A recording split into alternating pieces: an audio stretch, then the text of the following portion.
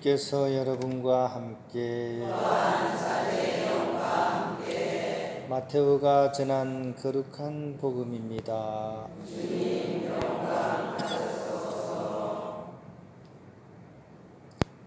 그때 사람들이 어린이들을 예수님께 데리고 와서 그들에게 손을 얹고 기도해 달라고 하였다.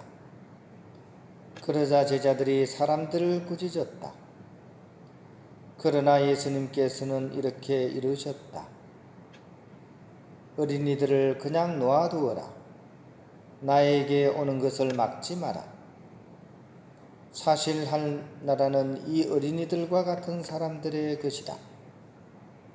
그리고 그들에게 손을 얹어주시고 나서 그곳을 떠나셨다.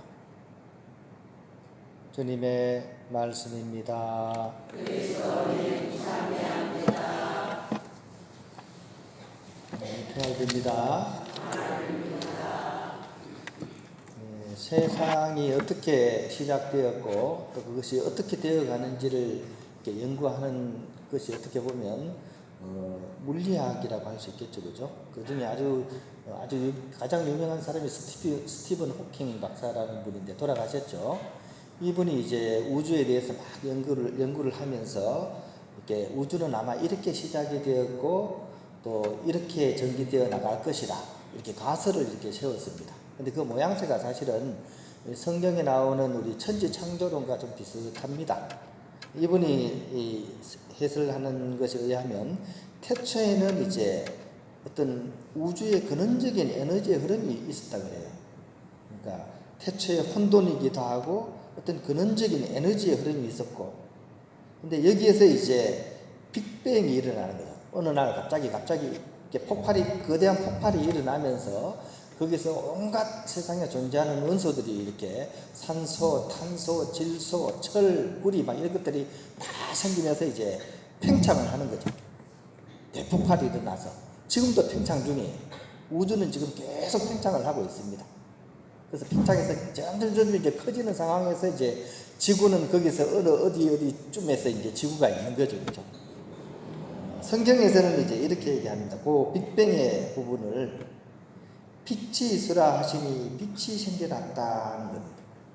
말씀을 통해 가지고 세상에 존재하는 모든 것이 빛이 생겨나고 해가 생겨나고 달이 생겨나고 바다가 생겨나고 그 시점이 이제 스티븐 호킹 박사나 과학자들은 한 180억 년 전이라고 이제 추정을 합니다.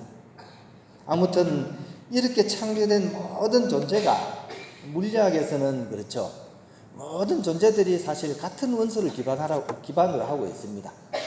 우리나 아니면 다른 동물이나 또 우리나 다른 사물이나 원소로 따지면 다를 게 없습니다. 사실은 다만 구성이 다를 뿐이죠. 어떻게 그것이 구성이 되어 있는 조합이 다를 뿐이지 사실은 존재하는 모든 것들은 동일한 원소로서 되어 있는 거죠. 우리로 치면 하느님에 의해서 창조된 모든 존재는 바로 하느님의 로고스가 그 안에 있는 존재죠. 말씀이잖아요. 말씀이 로고스거든요. 하느님의 말씀이 모든 존재 안에 다 있는 거죠. 이것은 사실 엄청난 사건입니다. 이 사실을 우리가 안다면 우리에게 다가오는 한 사람을 그냥 대충 허투루 이렇게 바라볼 수는 없습니다. 왜냐하면 그 안에는 온 우주가 담겨져 있기 때문에 한 사람이 나에게 걸어올 때, 뚜벅뚜벅 걸어올 때 그 사람 안에는 180억 년의 모든 것이 사실 나에게 다가오는 겁니다. 그럼에도 불구하고 우리는 일상 안에서 내 생각에 갇혀있고 빠져있다 보니까 그렇게 다가오는 그를 그답게 보지 못합니다. 있는 그대로의 그를 보지 못합니다. 사실 정확하게 얘기하면 볼 마음이 별로 없습니다. 그 안에 삼각형도 있고 사각형도 있고 오각형도 있고 원도 있고 삼각뿔도 있고 별도 있고 다 들어가 있습니다. 그런데 그 중에서 우리는 딱 하나만 택하죠. 삼각형만 딱 택합니다. 그래가지고 그걸 보면서 저런 뾰족한 놈 같으니라 이렇게 생각합니다. 근데 그거는 그의 문제가 아니라 그를 전체적으로 보지 못하는 나의 문제입니다. 그걸 단견이라고, 편견이라고 합니다. 영화도 나왔죠. 오만과 편견. 그 문제인데 우리는 그것을 잘 알지 못합니다. 이것을 회복시키기 위해서 또 치료하시기 위해서 예수님께서는 복음서 곳곳에서 바로 오늘 같은 복음 말씀, 어린이처럼 되라, 어린이처럼 바라보라 하는 그런 가르침을 계속 내리십니다. 연중에도 1년 안에 이 말씀이 얼마나 자주 많이 들리는지 모릅니다. 어린이처럼 되라. 왜 자꾸 예수님은 어린이처럼 그렇게 되라고 할까요? 우리는 어린이를 우습게 보잖아요, 그죠? 애들이 힘도 없고 뭐 그러니까 우습게 보는 경우가 많죠. 근데 그렇지가 않습니다. 진리를 바라보고 진실을 바라보는 데는 오히려 우리가 아이들한테, 어린이한테 배워야 해요. 어린이는 어른의 스승입니다. 아이들은 전체를 통해서 그 하느님의 로고스를 바라보기 때문입니다. 아이들이 전체적으로 보는 거 모르시죠? 부모한테 아이들이 말을 배우잖아요.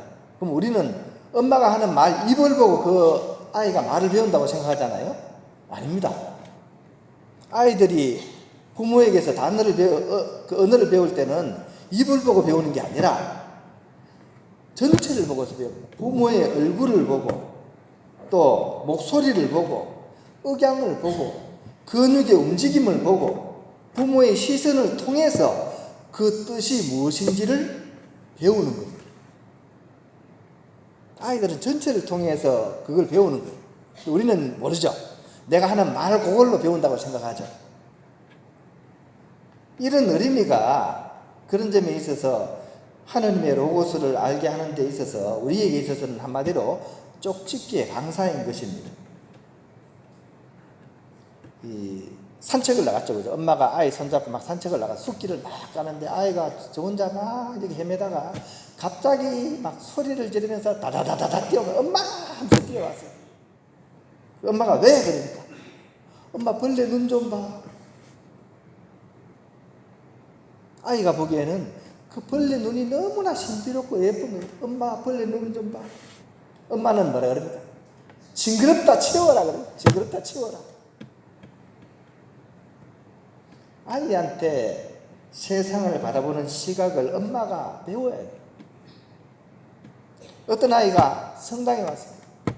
갑자기 절을 보더니만 다다다다다 뛰어옵니다. 그리고 인사를 꼭 합니다. 안녕하세요 예수님. 안녕하세요 예수님. 저를 보고 예수님이라고 불렀어요. 왜 그럴까요? 이 아이는 예수님을 만나는 법을 알고 있거든요. 왜냐하면 이 아이는 늘 예수님을 만나고 있으니까 저를 보고서도 예수님이라고 얘기를 하는 겁니다. 성경에 보면 계속 그런 얘기예요. 새하늘과 새 땅을 보고 싶은가? 새하늘과 새 땅이 다가와야 된다. 어떻게 하면 될까요? 오늘 복음을 통해서 예수님께서는 아주 또 한 번 강조하십니다. 어린이처럼 바라보라. 어린이처럼 바라보라. 오늘 하루 어린이와 같은 마음으로서 하느님의 로고스를 찾을 수 있는 그런 우리의 눈이 되었으면 좋겠습니다.